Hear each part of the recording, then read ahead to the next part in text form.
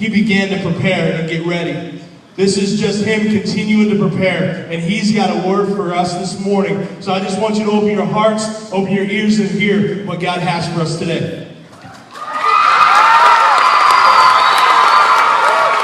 All right, I want to ask you a question. Who has ever had to move? Okay, cities, schools, neighborhoods. It's not easy, is it? Because sometimes when you move, you have to lose family, you have to leave friends behind, you have to make new friends. Well, up until the 4th grade, I attended a small church, me and my family. And this church was kind of small, so we had few very, very, very close friends. All of my family went there. I had a lot of really, really close friends. Well, one day my parents sat us down, and they were like, hey, we're not going to go to that church anymore. We're like, why not? And they said, well, we can't tell you, but we just need to make this move. This is something that God is leading us to go do. We didn't understand why, but they were like, you need to leave your family, leave your friends behind, to go to this new big church with lots of people that we didn't know. And it broke our hearts. And we felt like we were being punished for no reason.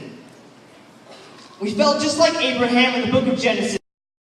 Now, moving wasn't the hard part. The hard part came when him and Lot, his nephew, they had way too many herdsmen, a lot of cattle. And one day Abram said, Lot, here's the thing. We've got way too many people. We need to separate. So, in Genesis 13:9, Abram says, if you want the land to the left, then I'll take the land to the right. If you prefer the land to the right, I will go to the left. Lot chose the land of the Jordan, which is well-watered and easy to live, leaving Abram with the dry, arid, mountainous region of Canaan. What he didn't know at this time is that the land of Canaan is present-day Israel, and that's where God's people abide now all around the world. Now Abram's thinking, why am I here? I'm on a mountain. It's dry, it's arid, I'm supposed to raise cattle, I'm supposed to raise God's nation here on the mountaintop? What am I doing here, God? What am I doing here? And God said in Genesis 13:14, open your eyes, look around. Look north, south, east, and west. Everything you see, the whole land spread out before you, I will give to you and your children forever. You see, Abram was on the mountain, and as I said before, it's dry, it's arid, and it doesn't seem very hopeful to do anything. But what God is showing Abram, he says, look, now that you're on the mountain, you can see down and see all that I'm giving you. Does anybody feel like they're on a mountain tonight? Is anybody on a mountain tonight?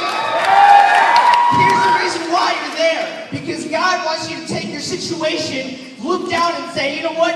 I may be on the mountaintop, but God has not left me yet. I'm still here. I'm looking down, and this is what God is promising me. The devil tried to knock me down, but I'm still standing on 2 feet because I have a God that didn't give up on me.